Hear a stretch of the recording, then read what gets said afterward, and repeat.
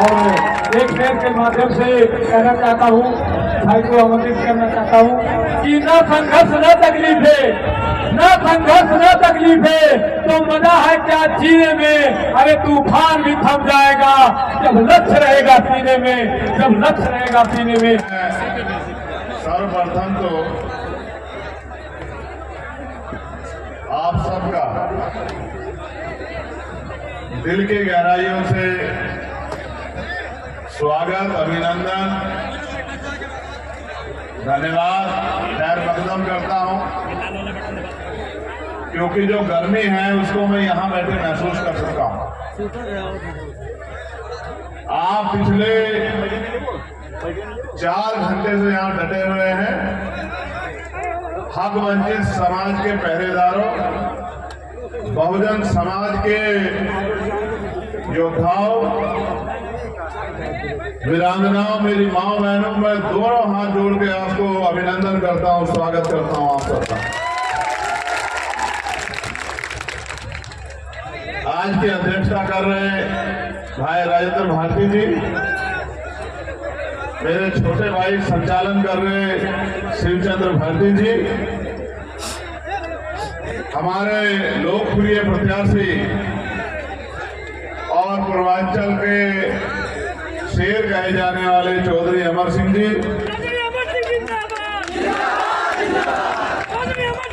भाई हेमंत चौधरी जी, और मेरे साथ चल के आए, इस आंदोलन में हमसे अग्रणी रहे और जिनसे हमने बहुत दिन सीखा, जिनके नेतृत्व में बहुजन समाज में उत्तर प्रदेश में खुशी की लहर कभी हुआ करती थी। राष्ट्रीय शोषित समाज पार्टी के राष्ट्रीय अध्यक्ष आदरणीय बड़े भाई स्वामी प्रसाद मौर्य जी का भी मैं अभिनंदन करता हूं, स्वागत करता हूं। भाई सुनील केवट जी, कालीचरण यादव जी, बहन श्रीमती फौजिया आजाद जी, भाई उमर खान जी, विनोद विद्यार्थी जी, रामफेर निषाद जी, डॉक्टर तौसीफ हैदर खान जी, मेरे छोटे भाई और मेरी आंख के रूप में यहाँ काम कर रहे डॉक्टर आकिब साहब, प्रदेश महासचिव आजाद समाज पार्टी काशीराम, लक्ष्मण चौधरी जी किसान नेता, नीरज चौधरी जी, यूनिस साहब जो जिला प्रभारी, सुरेंद्र मौर्य जी, मेरे छोटे भाई और भीम आर्मी के जिला अध्यक्ष रमेश धुरिया जी, हाजी अब्दुल सबूर साहब, यहाँ इस चुनाव में अपनी जिम्मेदारी को अदा कर रहे अवनीश निगम जी, अरबाबुल भाई, अनवर भाई, हमारे जिला प्रभारी राणा जी, संजय राणा जी, नगीना से चलकर आए भाई मोहम्मद अतीक साहब, परवेज भाई और दीपक जी, मीडिया के साथियों, मैं आप सबका पुनः अभिनंदन और आभार प्रकट करता हूं। आज चुनावी सभा है और आप हजारों की संख्या में यहाँ पहुंचे हैं इस पावन अवसर पर और इस भगवान बुद्ध की पावन धरती पर, जहाँ इस चुनाव के अवसर के माध्यम से मुझे आने का मौका मिला है। और पिछले 4-5 दिन मैंने भी यहाँ के क्षेत्र में जाके चौधरी अमर सिंह जी के लिए जन समर्थन जुटाने का प्रयास किया है। मुझे बड़ा गौरव महसूस होता है जब मैं साधन विहीन अपने भीम आर्मी आजाद समाज पार्टी के सम्मानित नेताओं को, कार्यकर्ताओं को काम करते देखता हूँ। ना वो आंधी देखते हैं, ना तूफान देखते हैं, ना दिन देखते हैं, ना रात देखते हैं, ना खाना देखते हैं, ना पानी देखते हैं। उनके मन में एक ही संकल्प है कि महापुरुषों का ये कार्य आगे बढ़ना चाहिए, महापुरुषों का ये सपना पूरा होना चाहिए। मैं ऐसे सभी भाइयों का बहुत बहुत अभिनंदन स्वागत करता हूं। जो हालात के मद्देनजर जिन्होंने देखा और महसूस किया कि बहुजन समाज पार्टी क्या कर रही है और मौके परिस्थिति को समझते हुए मिशनरी होने के नाते जो बहुजन समाज पार्टी के पूर्व सेक्टर विधानसभा जिले के पदाधिकारी जो एडी चोटी का जोर लगा के चौधरी अमन सिंह जी को कामयाब करने के लिए मेहनत कर रहे हैं, मैं उन सब भाइयों का भी बहुत बहुत धन्यवाद करता हूं। और जिन पर मुकदमा करके जिन्हें डराने का प्रयास किया गया, मैं उन वीरों को भी कहना चाहता हूं, मुकदमा क्रांतिकारियों का गहना होते हैं, घबराने की जरूरत नहीं। चंद्रशेखर आजाद आपके साथ खड़ा, याद रखना।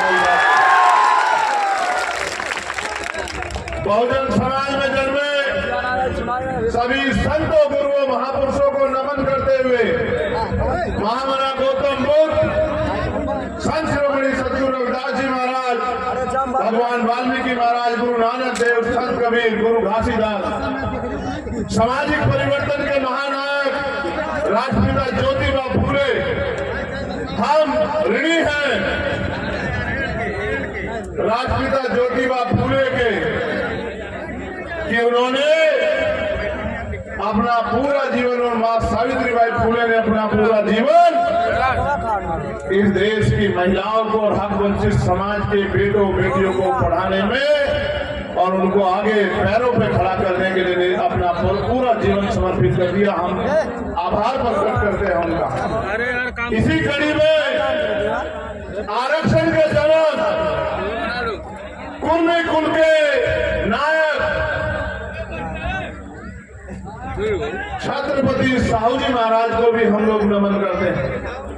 1902 में जिन्होंने असल सामाजिक न्याय को समझा और 50% आरक्षण की व्यवस्था जो आज तक भी दलित पिछड़ों के लिए नहीं हो पाई, वो आरक्षण की व्यवस्था लागू करने वाले छत्रपति साहू जी महाराज को मैं पुनः नमन करता हूं। बाबा साहब अम्बेडकर को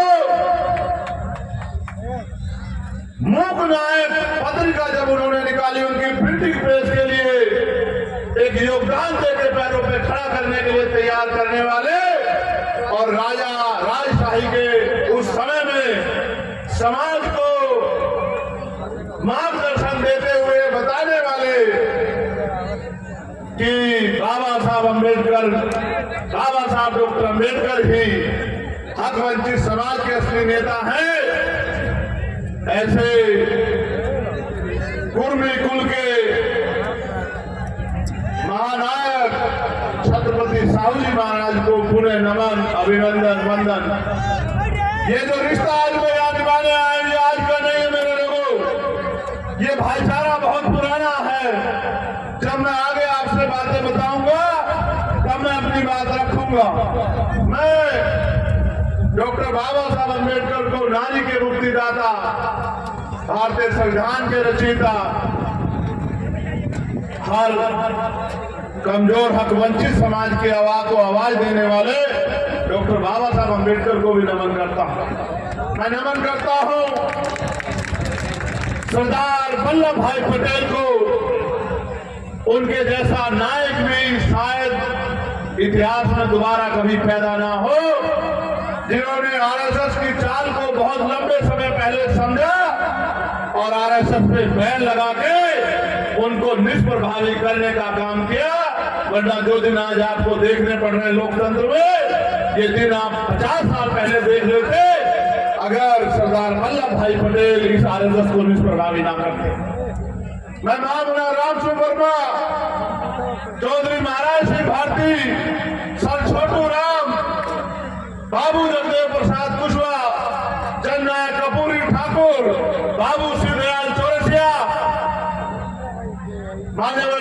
महाराज वाल्मीकि और मान्यवर काशी राम साहब को भी नमन करता हूँ। एक अधूरा सपना लेके हमारे नायक महानायक हमारे बीच से चले गए और बेटों की, पोतों की, पोतियों की, बेटियों की जिम्मेदारी होती है कि वो अपने महापुरुषों के अधूरे सपने को पूरा करें। बाबा साहब ने कहा, जो कौम अपना इतिहास नहीं जानती वो कभी अपने भविष्य का निर्माण नहीं कर सकती। इसलिए मैंने आपको याद दिलाया कि शिक्षा ये जानकारी देती है कि दोस्त कौन है और दुश्मन कौन है, और दोस्त के साथ कभी विवाद नहीं करते और दुश्मन के साथ कभी मित्रता नहीं करते। और जिसने भी दुश्मन के साथ मित्रता की है उसको भूखी खानी पड़ी है। उसका अंजाम जो हुआ है वो इस मंच पर बैठे लोगों, मुझसे और आपसे, समाज से छिपा हुआ नहीं। जिसने दुश्मन को मित्र मान के अपने बराबर में जगह दी, दुश्मन ने समय आने पर उसको ही ऐसी जोड़ दी कि शायद वो घाव कभी उनका भर पाए। आप जानते हैं कि ये देश किस दौर में है और समाज आपकी तरफ देख रहा है। जो इंडिया अलायंस के लोग आज संविधान बचाने की बात कर रहे हैं, लोकतंत्र में खतरे, आरक्षण में खतरे की बात कर रहे हैं, उनका ये कहना सही है कि खतरा है, क्योंकि आरएसएस और भाजपा ने कभी संविधान को स्वीकार नहीं किया, देश के तिरंगे कभी स्वीकार नहीं किया। उन्होंने हमेशा पहले दिन से संविधान का विरोध किया। और जिन बाबा साहब अम्बेडकर को आप भगवान के रूप में मानते हैं, उनके विचारों को अंतिम सत्य मानते हैं, जिनकी मूर्ति का बाल आप नहीं बर्दाश्त कर सकते, इन आरएसएस भाजपा के लोगों ने उनकी सब यात्रा निकाल के जिंदा रहते उनको अपमानित करने का काम किया। मेरे साथ जख्म बहुत गहरे हैं, जख्म आज के नहीं है, मगर मरहम तो आपको लगाना है। ये लोकतंत्र है। बाबा साहब अम्बेडकर ने ये कहा था कि रानी का बेटा राजा नहीं बनेगा, राजा वो बनेगा जो बैलेट बॉक्स से तैयार होगा। लेकिन आप महसूस करो कि सिद्धार्थनगर में तो आजादी से लेकर अब तक राजा रानी के पेट से पैदा हो रहा है, बैलेट बॉक्स से तैयार नहीं हो रहा। अगर बैलेट बॉक्स से तैयार होता तो आपका राजा बनता, आपके बीच के व्यक्ति को अवसर मिलता, आपका व्यक्ति पार्लियामेंट जाता। और जब राजा कहीं और से तैयार हो रहा है तो इससे स्पष्ट होता है कि राजा बाबा साहब अम्बेडकर के सिद्धांतों पे पैदा नहीं हो रहा। इन पार्टियों ने जिनसे आपका मुकाबला है, चाहे भाजपा के लोग हों या दूसरे अलायंस के लोग हों, आप महसूस करो ये तो सिद्धार्थनगर के लोगों को, डुमरियागंज के लोगों को इतना हल्के में लेते हैं, इतना कमजोर मानते हैं कि इन्होंने आपके ऊपर बाहर के नेता थोप दिए। इनका मानना है कि आपके अंदर क्षमता नहीं है, आपके अंदर योग्यता नहीं है, आप बेभ्रष्टाचार हो, आप अपना भला नहीं कर सकते, इसलिए इन्होंने बाहर के नेता आपके ऊपर थोप दिए।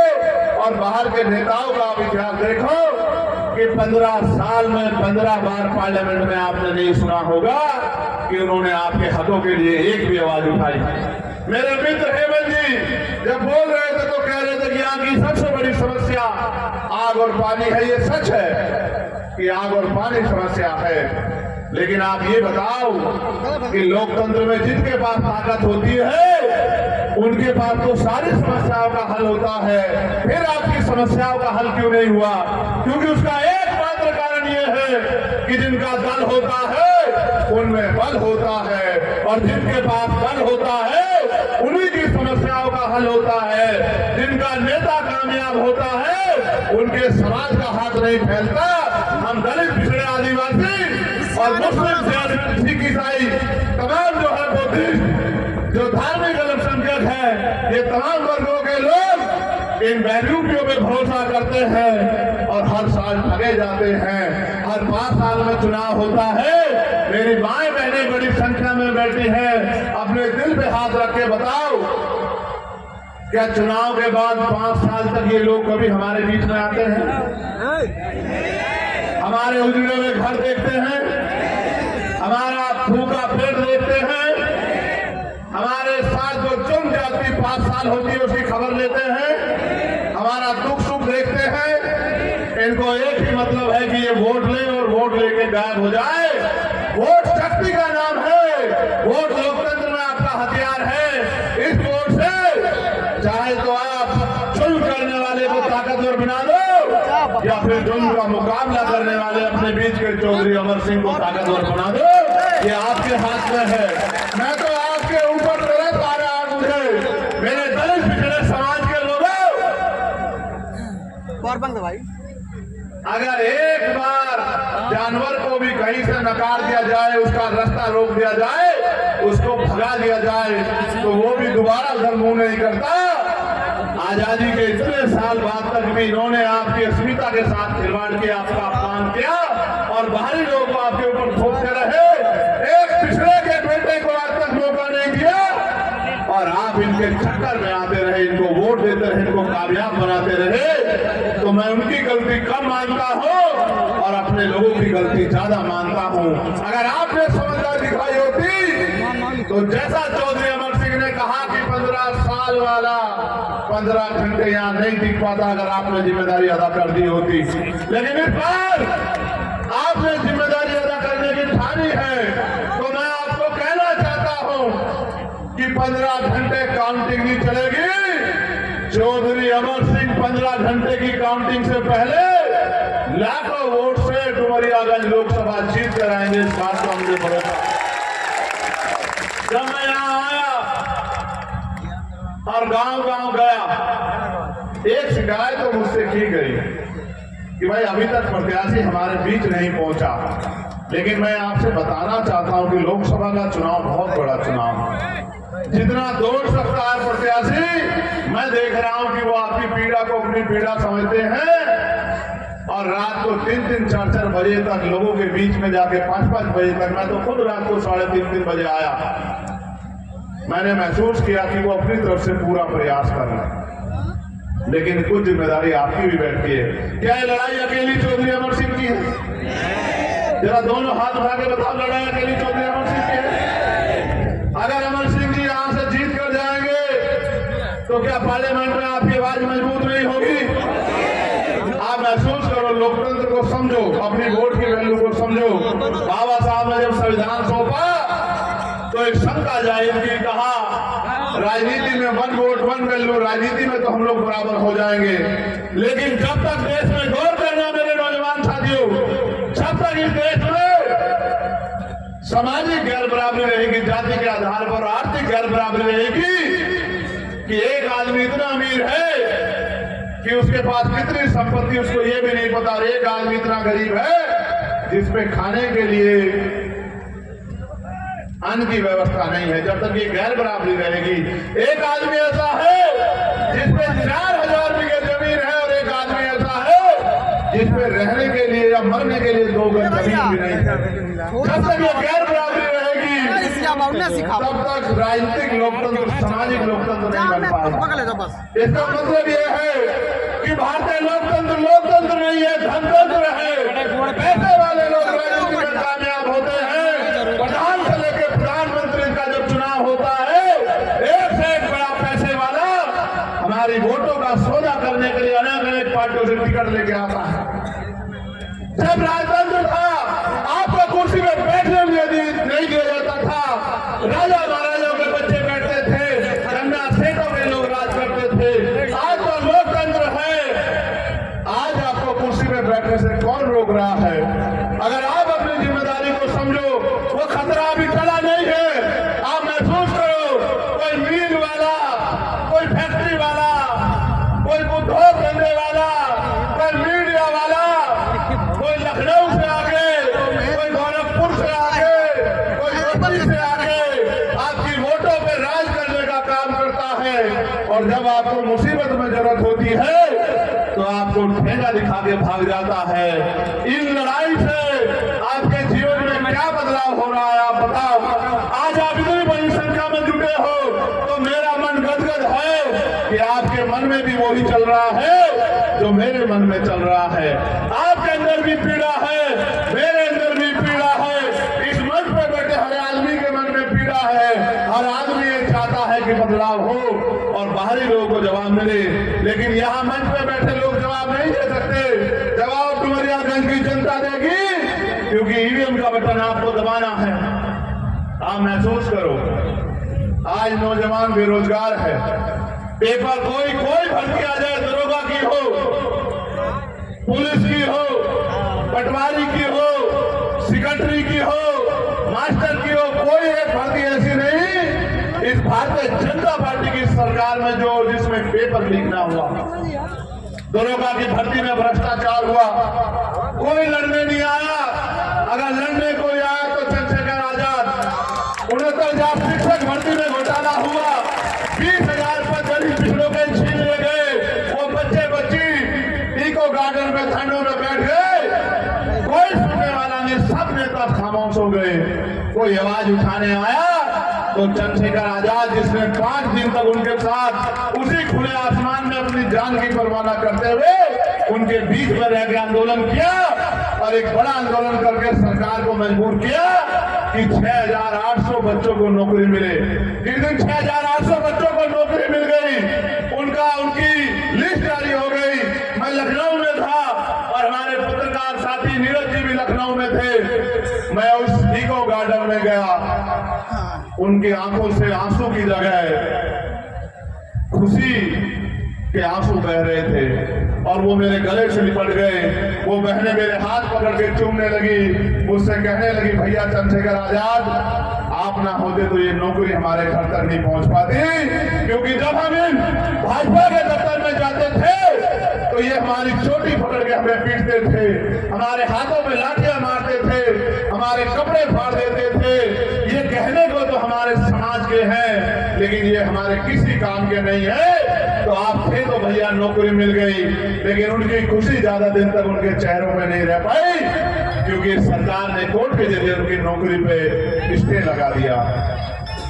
वो बच्ची आपकी थी, पाल की, प्रजापति की, कश्यप की, सैनी की, मौर्य की, साक्य की, कुशवाहा की, कुर्मी की, यादव की, गुर्जर की, जाट की, निषाद की, राजभर की, केवट की, नुनिया की, चौहान की, वो आपकी बेटियां थी। वो चमार जाति की बेटियां थी। वो वाल्मीकि, पारसी, धोबी, कोरी, कटीक हमारे दलित समाज की बेटियां थी, जिन्होंने जब वो अपना अधिकार मांगने गई तो लाठियां खाई। उनके दिल में दर्द होता होगा कि कोई तो उनकी आवाज उठाएगा। मैंने अपनी जिम्मेदारी अदा की, लेकिन क्योंकि राजनीतिक ताकत नहीं थी तो इनसे नहीं लड़ पाया उस समय। फिर आपके सामने पुलिस की भर्ती आई और आपने देखा 48 लाख बच्चों से पर बच्चा 400 रुपए के हिसाब से 200 करोड़ रुपए इकट्ठा किए गए। और जब पेपर देके बच्चा आया, मां ने दिल में सुकून से याद रखा कि इस बार मेरा बेटा नौकरी लगेगा, मेरे आंसू पूछेगा।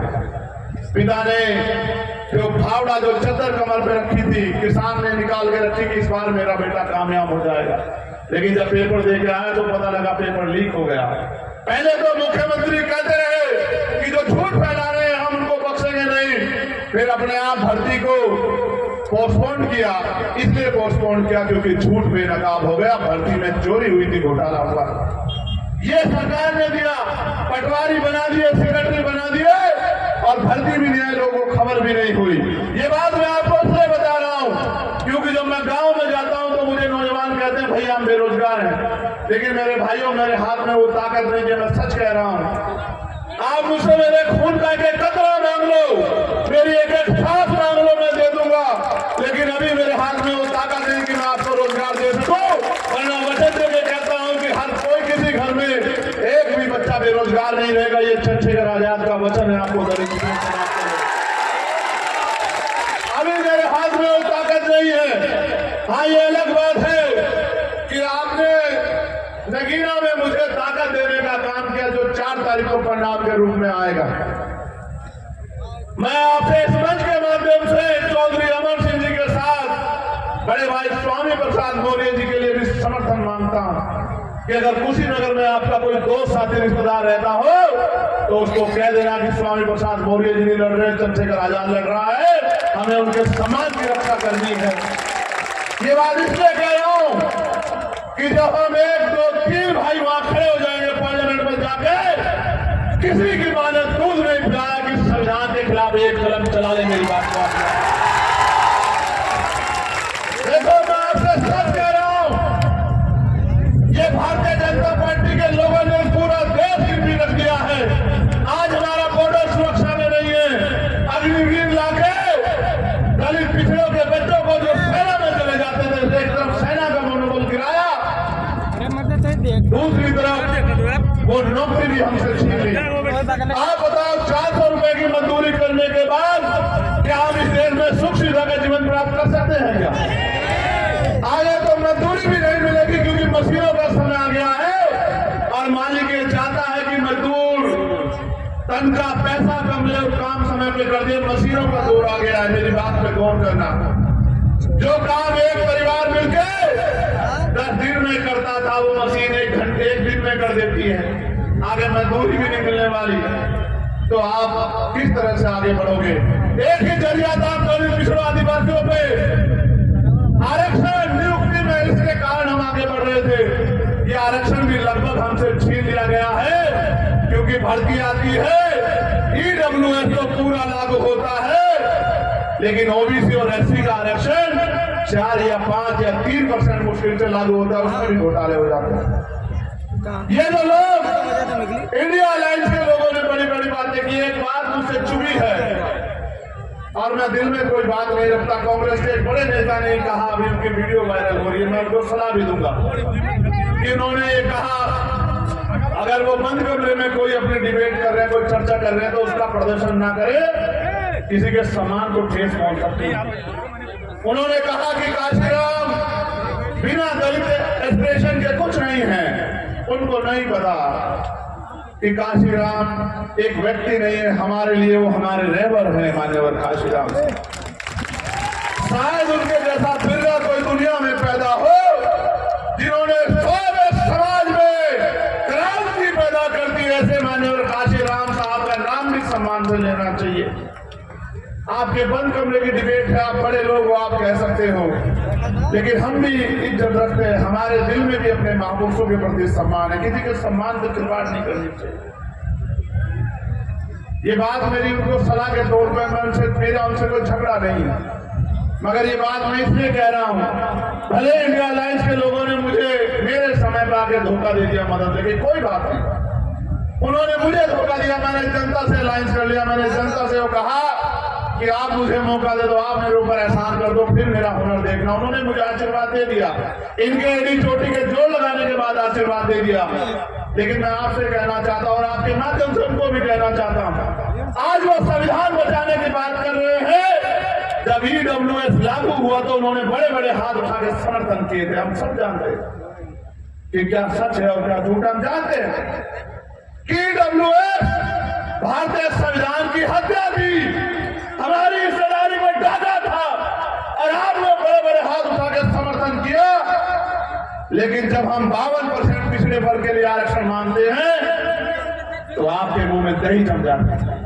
जब हम प्रमोशन में रिजर्वेशन मांगते हैं दलित पिछड़े अधिकारियों के लिए तो आपको साफ समझ जाता है, हम आपके चरित्र को जानते हैं। लेकिन हमारा झगड़ा अभी आपसे नहीं है, आपसे समय आने पर निपटेंगे। लेकिन मैं आपसे कहना चाहता हूं कि हमें अपनी लड़ाई अपने पैरों पे लड़नी है और अगर संविधान को कोई बचाएगा तो ये बाबा साहब अम्बेडकर और मान्यवर काशीराम साहब की फौज बचाएगी। मुझे इनके ऊपर भरोसा है, जिन्होंने 2 अप्रैल 2018 को एक ऐसा इंकलाब लिखा था भारत की धरती में कि शायद दोबारा कोई लिख भी नहीं पाएगा और पढ़ भी नहीं पाएगा कि एक SC/ST एक्ट को बचाने के लिए 17 नौजवानों ने, बहादुरों ने बलिदान दे दिया था। जब हमारे 17 भाइयों ने बलिदान दिया, कहां थे तुम जो संविधान बचाने की बात करते हो? आपको हमसे वोट चाहिए, बिल्कुल सच है, वोट चाहिए। लेकिन आपकी मंशा पे हमें शक है और मैं आपको विश्वास से कहता हूं ये सरकार अगर बदल जाएगी और इन दूसरे साथियों की अगर सरकार आ गई तो इनको भी इनके झूठे वादों के साथ हम चैन से नहीं बैठने देंगे। इनके भी कपड़े पकड़ पकड़ के एक एक वादा इनसे पूरा कराने का काम करेंगे। मेरी बात को आप याद रखना। मैं आपसे कहने आया हूं,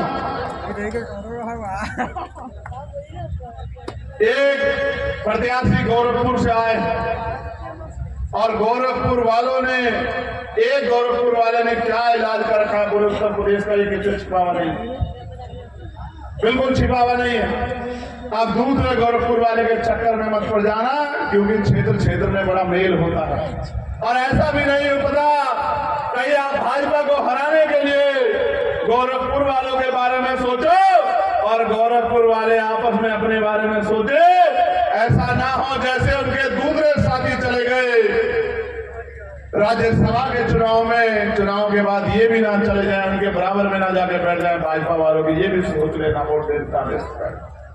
एक आपने बस्ती से बुलाए हैं, 15 साल से आपने उनको ताकत दी, लेकिन 15 बार आपने उनको अपने बीच में नहीं देखा होगा। वो आपका मजाक उड़ाते हैं कि इतने बेवकूफ हैं, हम इनके बच्चों के रास्ते बंद कर रहे हैं और ये हमें वोट देके ताकतवर बना रहे हैं। वो लोग आपका मजाक उड़ाते हैं और आप लोग उनके मजाक में उनका साथ देते हो। इसलिए मैं आपको सचेत करने के लिए आया हूं और मैं आपसे मांगने आया हूं, मेरा हक बैठा आप जानते हो। और सारे नेता चुनाव के बाद कहते हैं कि हम आपकी मदद करेंगे। मेरे अपने दिल पे हाथ रख के बताओ, कोई पिछले 12 साल में एक संगत ऐसा है जिसमें मैंने आपका साथ छोड़ा?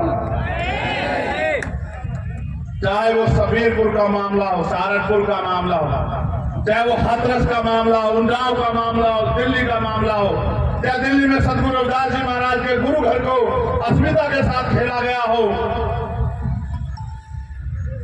चाहे वो एनआरसी का मामला हो। मेरे मुस्लिम भाई भी बैठे हैं, जब ये सारे नेता घर में पड़ के सो रहे थे और हमारी माए बहनें संविधान बचाने के लिए सड़कों पे बैठी थी, अकेला चंद्रशेखर आजाद था जिसने उनके दिन जेल काट के पूरे देश में जाके आंदोलन करके कहा कि अकेला मत बनना।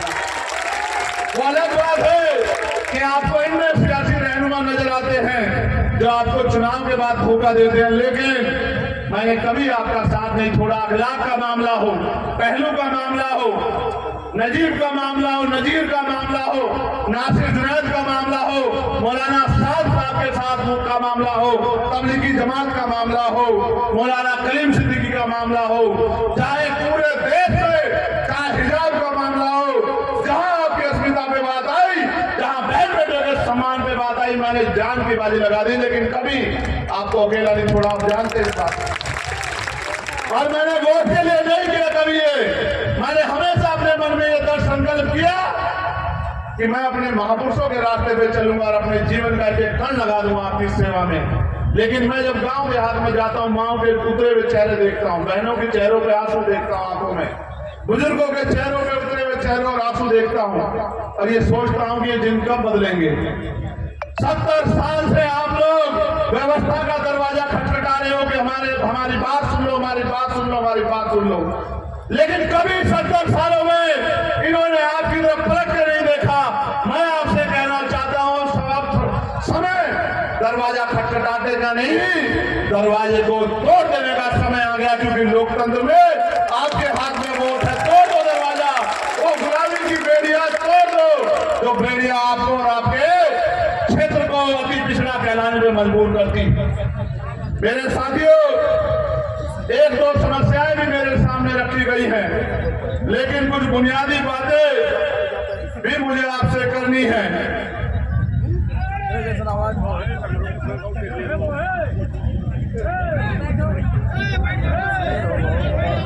ये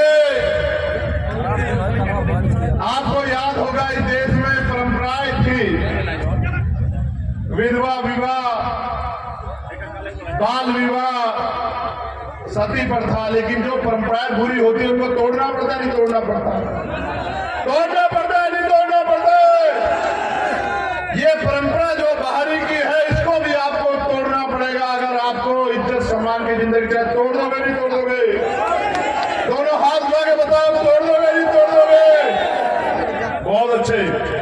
आप जानते हो कि हम ठेकेदारी प्रथा के खिलाफ है नहीं खिलाफ है? ये जो आपका ठेका लेके आए हैं गोरखपुर से और बस्ती से और लखनऊ वालों जिन्होंने भेज दिया, ये ठेकेदारी प्रथा खत्म कर दोगे नहीं कर दोगे? हम तो कहते आ रहे हैं कि जब सफाई कर्मचारी या कोई भी नौकरी हो, सारी नौकरी पक्की होनी चाहिए, क्योंकि सीवर में जो जान देता है उसके बच्चों की रखवाली कोई नहीं करता। अभी आपने देखा होगा यहाँ भाजपा की सरकार राजस्थान में कैसे डंडों से पीट के हमारे एक भाई को मार दिया। उस परिवार का क्या होगा? वो तो चला गया कमाने वाला, और एक 11 साल की बच्ची को दरिंदों ने नोच लिया और फिर उसको जला दिया, उसकी जान चली गई। अभी तक एक आरोपी गिरफ्तार नहीं हुआ। चुनाव खत्म हो जाने दो, इन गुंडों को संरक्षण देने वाले जो लोग हैं उनका मुकाबला पार्लियामेंट में और पार्लियामेंट के बाहर चंद्रशेखर आजाद से होगा। वो अलग बात है कि मैं राजनीतिक व्यवस्था में काम कर रहा हूं, लेकिन मैंने तेवर नहीं बदले। आप जानते हैं सामंतियों के लिए कल भी चंद्रशेखर आजाद खड़ा था और आज भी चंद्रशेखर आजाद खड़ा। आप जानते हैं पहले छात्र संघ चुनाव होते थे नहीं होते थे? मौर्य जी, ग्रामीण पृष्ठभूमि के जो बच्चे हैं, जो आर्थिक रूप से कमजोर हैं, जो उस तरह के चुनाव में हिस्सेदारी नहीं कर सकते, उनको मौका मिलता था छात्र संघ चुनाव के जरिए जमीन तैयार होने। जैसे गांव में प्रधानी का चुनाव नेतृत्व जन्म देता है, लड़ना सिखाता है, उसी तरह से छात्र संघ चुनाव के जरिए नौजवान नेतृत्व पैदा होता था। वो नेतृत्व जो सरकार से नहीं डरता था, जो लड़ता था, जो आवाज उठाता था, जो हक की बात करता था, जो लड़ जाता था, जो जेल जाता था। इन्होंने छात्र संघ चुनाव जानबूझ के बंद किए कि किसान के बेटे में, मजदूर के बेटे में नेतृत्व की क्षमता ना पैदा हो। ये जानते हैं हमारी क्षमता, ये हमसे लड़ नहीं सकते, ये हमारा रास्ता रोक सकते हैं रणनीति बना के करके। मैं आपको विश्वास दिलाता हूं कि पहले दिन से छात्र बहाली के लिए और आपके बैकलॉग के लिए एक दिन हर दिन हम लोग पार्लियामेंट और पार्लियामेंट के बाहर लड़ने का काम करेंगे। मेरी बात को आप याद रखना। और अभी हमारे इंडिया लाइन के साथी ने कहा कि हम अगस्त में भर्ती लागू कर देंगे, 30 लाख नौकरियां कर देंगे, हमारी सरकार आ गई। दूसरी तरफ वो ये कहते हैं मोदी साहब कि हम लोग 90% को हिस्सेदारी देना चाहते हैं। जब तक जातिगत जनगणना नहीं कराओ, जब तक पिछड़ों, दलितों का, आदिवासियों का आरक्षण नहीं बढ़ाओगे संख्या के आधार पे, अगर आप नौकरी देते तो 69,000 शिक्षक भर्ती जैसी दोगे और हमारे हिस्से को लूटने का काम करोगे, इसका मतलब आपके मन में अभी भी कहीं ना कहीं खोट है।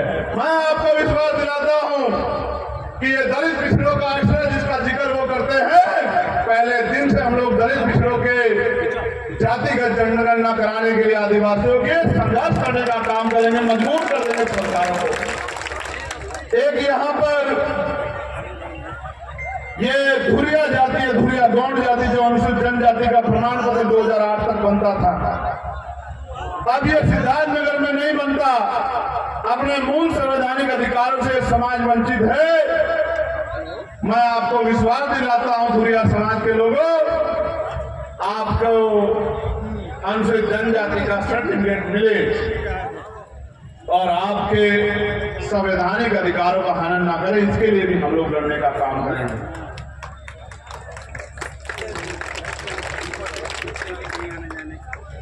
ये अनुदेशक नौकरी छोड़ के घर बैठ रहे हैं, शिक्षा मित्र, इनको भी हम विश्वास दिलाते हैं। आशा आंगनबाड़ी जो बहनें, उनके वेतन वृद्धि के लिए भी हम विश्वास दिलाते हैं।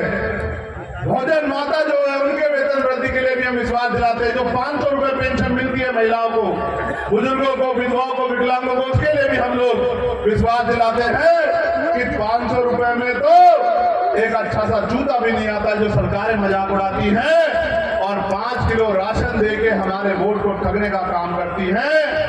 हम राशन दे ना दें, लेकिन आपके बच्चों को रोजगार दिलाने में मदद करेंगे, जिसके बाद आपको किसी के आगे हाथ फैलाना नहीं पड़ेगा। अभी मेरी माँ बहनों को भट्टे पे, कोयलों में, खेतों में काम करके पेट पालना पड़ता है। मैं आपको वचन दिलाता हूं ये लड़ाई अब शुरू हुई है। मुझे आने वाले 4-5 साल दे दो, आपका स्वाभिमान सम्मान मेरे लिए हर चीज से बढ़कर है। किसी भट्टे कोलू पे, किसी खेत में अपमानित होने के लिए आपको काम नहीं करना पड़ेगा। किसी को ईंटों को सर पे नहीं उठाना पड़ेगा, अपने कंधों पे नहीं उठाना पड़ेगा और अपना जिला छोड़ के रोजगार के लिए धक्के नहीं खाने पड़ेंगे। कुटीर उद्योग लगवा के आने वाले समय में घर तक रोजगार पहुंचाने का काम हम लोग करेंगे। इसी क्षेत्र में उद्योग धंधे लगवा के लाखों नौजवानों को जो पॉलिटेक्निक है, बीटेक है, ITI है, एमटेक है, MBA MCA है, हाई स्कूल है, इंटर है, ग्रेजुएट है, पोस्ट ग्रेजुएट है, उन सबको उद्योग धंधे लगवा के, इंडस्ट्रियल एरिया लगवा के, बहुत जमीनें पड़ी हैं, इनको रोजगार दिलाने का काम हम लोग करेंगे। इस बात का भी मैं आपको बता देता हूं। एक बच्चा जो है कुमारिया बुजुर्ग का मोनू है, लड़का 13 साल का एक हो गया है। ये 13 साल का तो बच्चा बड़ा हो जाता है। मोनू भाई, हमारी आवाज सुन रहे हो क्या भाई? अगर आपके आसपास मोनू है तो कृपया मोनू को उसके परिवार तक पहुंचा दे, मंच तक पहुंचा दे। अगर मोनू 13 साल का कुमारिया बुजुर्ग का बच्चा आपके पास है। आखिरी बात आपसे कहना चाहता हूं, अगले 2 दिन क्या करोगे? क्या करोगे अगले 2 दिन? ये फोन निकालना, अपने दोस्तों रिश्तेदारों को फोन करना, बहन के ससुराल में, भाई की ससुराल में और तमाम तरह के जो रिश्तेदार हैं उन सबको फोन करना और सबसे कहना कि केतली को वोट करना है और केतली को सपोर्ट करना और एक वोट केतली निशान पे डालना। कर दोगे नहीं कर दोगे? कोई पैसा शराब लेके आएगा उसकी बातों में तो नहीं चले जाओगे। ये वोट हमें बिकने के लिए नहीं, ये वोट हमें गुलामी से मुक्ति के लिए दी गई है। इसका फैसला सही ले लोगे नहीं ले लोगे? किसी की बातों में गुमराह आके मुझे कमजोर तो नहीं कर दोगे? मैं तुम्हारे दिल की बहुत बहुत सराहना करता हूं कि तुम धूप में डटे हुए थे। मैंने भी कुदरत से प्रार्थना की कि ठंडा कर दो मेरे भाई जो है धूप में डटे हुए। लेकिन सुनो मेरे भाइयों, अब वो दिन दूर नहीं कि हमारी जिंदगी बदलेंगी। बस वो तभी संभव है जब राजनीतिक ताकत आप हमें दो।